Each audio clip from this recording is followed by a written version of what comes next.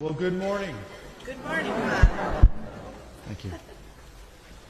So there's a story about a couple from Minnesota, and they were experiencing a very cold and dreary winter, and so they decided, well, why don't we come down to Florida to experience some good weather?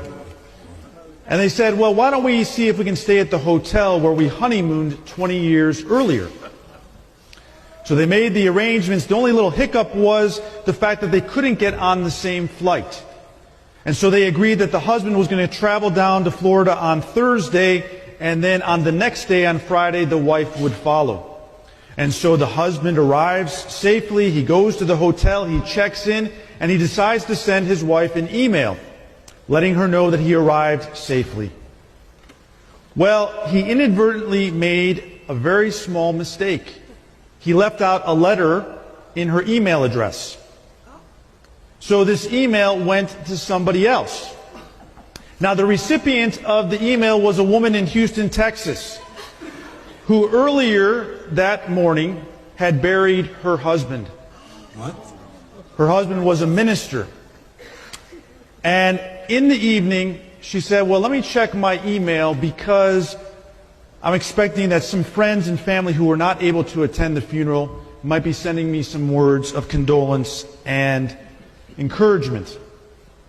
Well, needless to say, when she opened up the first email, she fainted.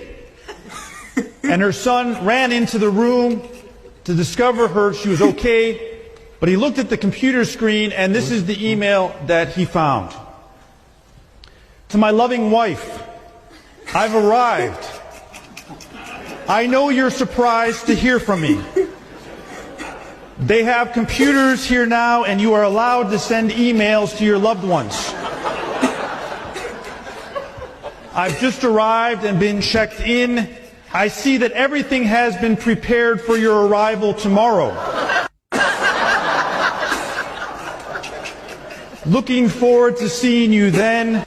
Hope your journey is as uneventful as mine was. P.S. It sure is hot down here.